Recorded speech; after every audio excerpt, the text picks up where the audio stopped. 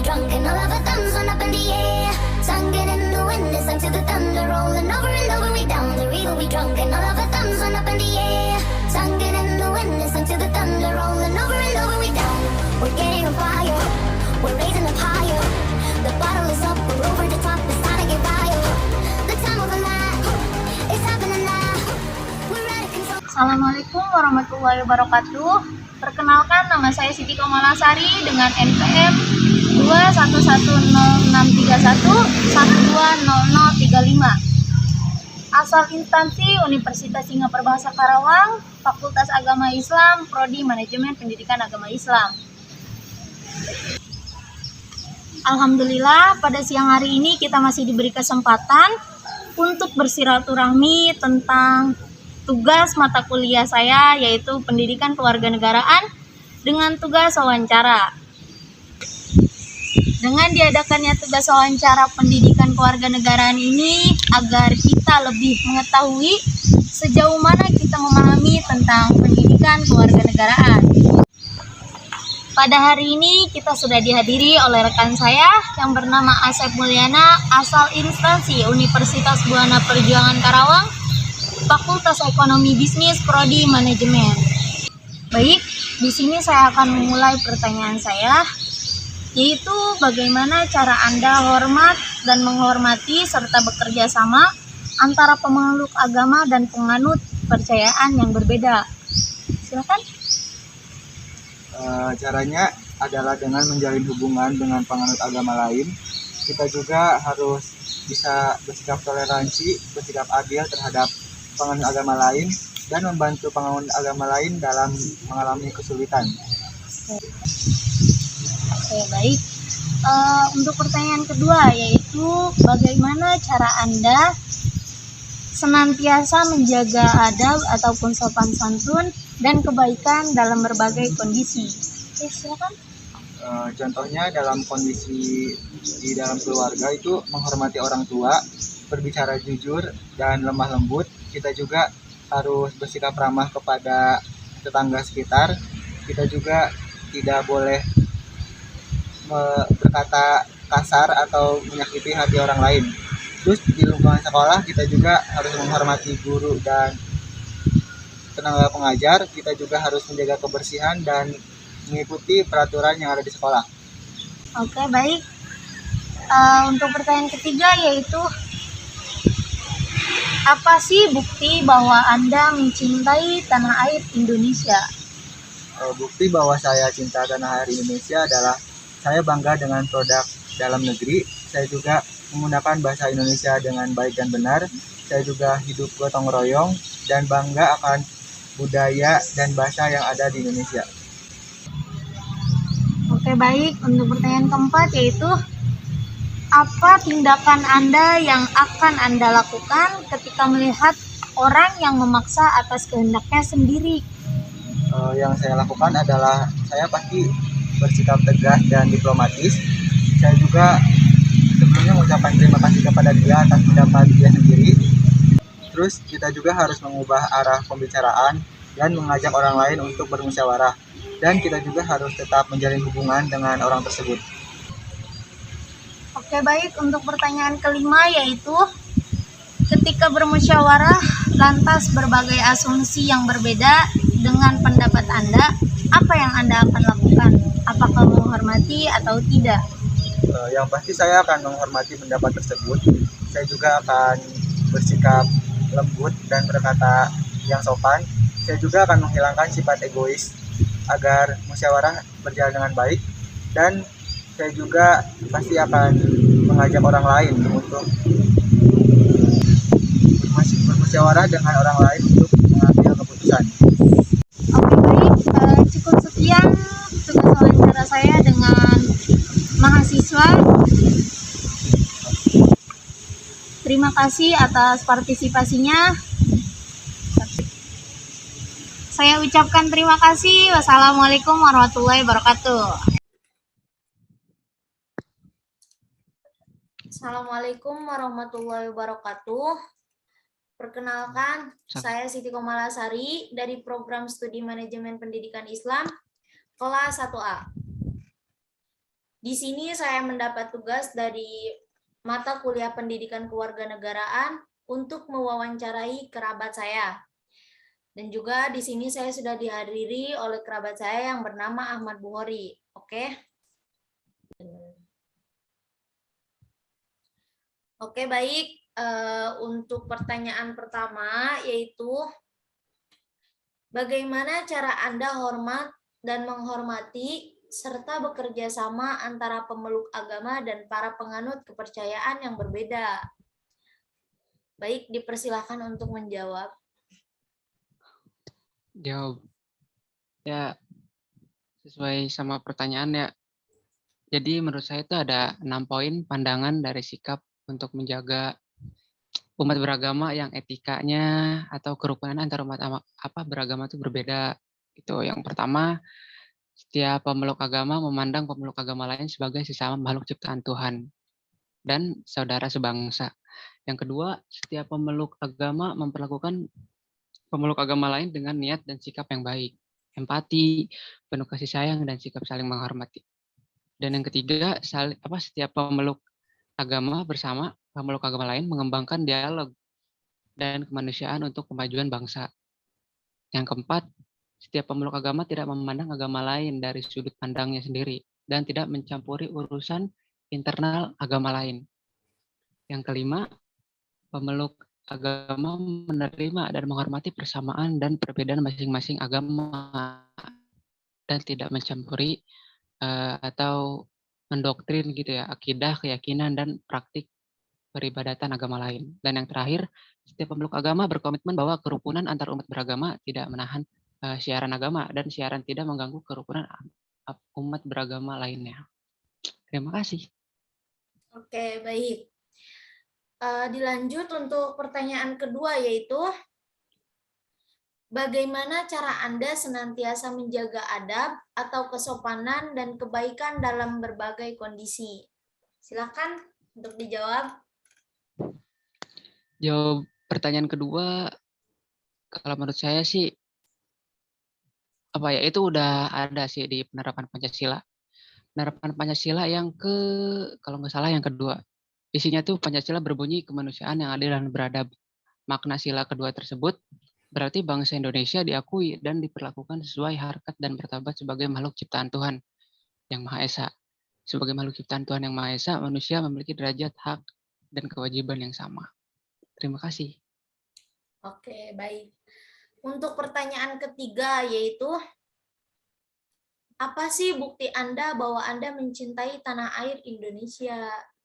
Silakan dijawab. Bukti mencintai tanah air. Apa ya?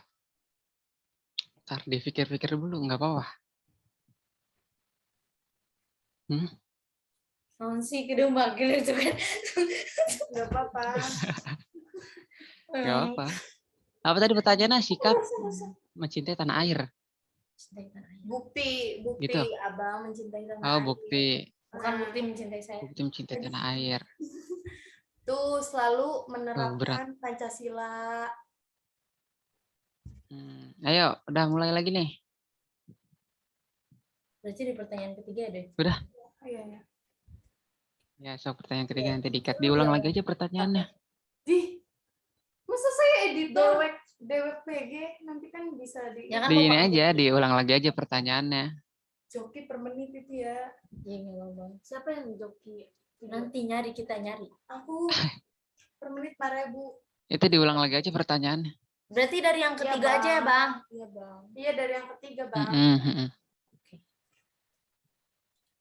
Satu. Iya, dari yang ketiga.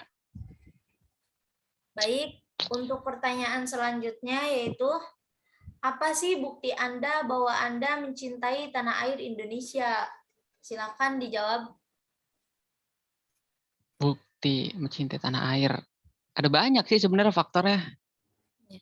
Yang pertama tuh bangga dengan produk dalam negeri gitu dan membelinya gitu. Terus yang kedua menggunakan bahasa Indonesia yang baik dan benar. Terus yang ketiga melestarikan budaya bangsa. Terus yang keempat mengikuti segala kegiatan yang memperingati Hari Kemerdekaan Indonesia. Yang kelima, melestarikan kebudayaan Indonesia. Terus apa lagi? Yang keenam, menggunakan hak pilih dalam pemilihan umum atau pemilu. Terus yang ketujuh, menjunjung tinggi hukum dan pemerintahan. Yang kedelapan, menuntut ilmu dan belajar bersungguh-sungguh. Terus yang kesembilan, mengharumkan nama bangsa dengan prestasi. Dan yang kesepuluh, hidup rukun dan gotong royong. Dan yang terakhir, menciptakan lingkungan yang rukun antar umat beragama. Itu sih. Terima kasih. Oke, baik. Untuk pertanyaan selanjutnya ya, Bang. Apa sih yang bakal Anda lakukan ketika Anda melihat ada orang yang memaksa atas kehendaknya sendiri? Silakan dijawab, Bang. Sendiri. Apa ya? Yang pertama sih akan dijauhi orang lain gitu. Kenapa bisa begitu? Karena apa ya? Sifat memaksakan itu memaksakan kehendak itu dapat membuat orang lain atau diri sendiri gitu perlahan akan dijauhi semua orang gitu. Sudah pasti dalam kehidupan sehari-hari seseorang akan selalu mencari orang-orang yang bisa diajak bertukar pikiran, bukannya memaksakan pendapatnya sendiri. Terus orang-orang juga pastinya hanya akan membutuhkan pendapat orang lain jika itu sesuai dengan apa yang ia lakukan, apa yang ia rasakan gitu. Jika tidak ada, ya maka pasti akan merasakan tidak perlu untuk mendengar masukan itu. Jadi tak ada gunanya gitu, maksudnya memaksakan kehendak sendiri. Mulai sekarang, jika tak ingin hal itu terjadi, maka mulailah berubah secara perlahan. Gitu. Terus yang kedua, bisa menimbulkan keributan. Kenapa? Karena apa ya? Ya balik lagi gitu, memaksakan kehendak pada orang lain adalah pemicu untuk kita menimbulkan keributan.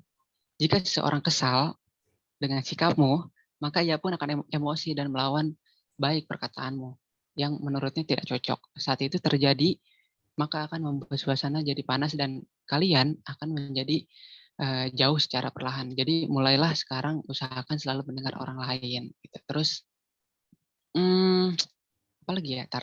Yang ketiga itu membuat suasana, kalau menurut saya ya, membuat suasana itu jadi canggung. Kenapa? Karena hal itu lebih parah gitu loh. Yang akan kerasa gitu suasananya akan menjadi canggung. Saat suasana sudah pasti seperti itu, hal yang terbaik yang bisa dilakukan adalah introspeksi diri dan meminta maaf bila kamu merasa bersalah. Namun hal yang biasa terjadi adalah biasanya kamu akan terlalu gengsi gitu untuk mengakui kesalahan karena terlalu mencampuri urusannya. Dan pasti kalian pun akan renggang gitu, akan jadi renggang. Jadi jika tak ingin hal itu terjadi, maka jangan pernah memaksakan kehendak pada orang lain. Terus apa lagi ya? Yang keempat, pendapatmu ya nggak akan pernah didengar lagi. Kenapa? Karena mereka tak akan lagi mau mendengarkan pendapatmu karena mereka merasa kamu adalah orang yang egois dan tidak biasa diajak bekerja sama. Hal lain yang mungkin terjadi adalah kamu yang akan mulai disingkirkan dari lingkungan pergaulanmu karena dalam pertemanan yang dibutuhkan adalah kebersamaan dan kerjasama. Dan jadi mulailah selalu mendengar untuk bisa didengar karena hidup itu saling membutuhkan. Terus yang terakhir, yang kelima, bisa membuat beban hidupmu terasa lebih berat gitu. Orang-orang yang egois ya, yang suka memaksakan kehendak dan tak punya siapapun untuk membantunya jika tidak ada masalah, saat itulah ia baru merasa bahwa hidup juga butuh pendapat orang lain untuk menyelesaikan masalahnya. Saat orang yang suka memaksakan kehendak punya masalah, maka ia akan merasa hidupnya sangat berat karena ia hanya menyelesaikannya sendiri tanpa bantuan orang lain. Jadi mulai sekarang saling menghargai, saling memberikan pendapat, ya itu sangat penting gitu karena apa ya, nggak ada manusia yang hebat dalam segala hal. Jadi jauhi sifat itu supaya hidupmu kamu bisa lebih baik lagi. Kalau masih ngeyel mau memaksakan kehendak ya itu resikonya. Gitu. Terima kasih. Baik. Untuk pertanyaan terakhir ya, Bang, yaitu Iya. ketika bermusyawarah terus berbagai asumsi yang beda dengan pendapat Anda, apa yang akan Anda lakukan? Baik menghormati ataupun tidak? Apa yang Anda lakukan? Saya yang jawab nih. Ya. Yaudah. Yang pertama musyawarah ya. Musyawarah itu dilakukan untuk menyelesaikan sebuah masalah. salah satu tujuannya ialah mencapai kata sepakat di antara berbagai pihak gitu. Nah, sepakat berarti pihak-pihak yang terlibat dalam musyawarah harus menyetujui nih keputusan yang diambil bersama. Selain menyetujui, pihak tersebut juga harus menaati dan melakukannya. Nah, artinya para peserta musyawarah itu harus menerima serta melaksanakan hasil keputusan tersebut dengan rasa tanggung jawab. Menerima kesepakatan bersama juga berarti tidak marah. Nah, saat pendapatnya tidak diterima. Apabila keputusan musyawarah tidak sesuai dengan kehendak pribadi kita, sikap kita sebaiknya menerima dengan lapang dada. Kenapa? Gitu. Karena bagaimanapun keputusan yang diambil dalam musyawarah adalah keputusan yang terbaik yang telah disepakati bersama untuk menyelesaikan masalah. Jadi kita nggak boleh marah saat keputusan musyawarah tidak sesuai kehendak kita. Sebaliknya kita harus menerima serta melakukan keputusan tersebut dengan penuh tanggung jawab. Walaupun ya barangkali kita ngerasa kecewa gitu terhadap keputusan tersebut. Gitu. Dah. Oke, baik. Terima kasih ya Bang atas waktunya. Mohon maaf bila ada no. Bila ada apa? Ini gimana? Berarti udah ya pertanyaan tadi. Penutupan. Dah. Ayo penutupan dulu.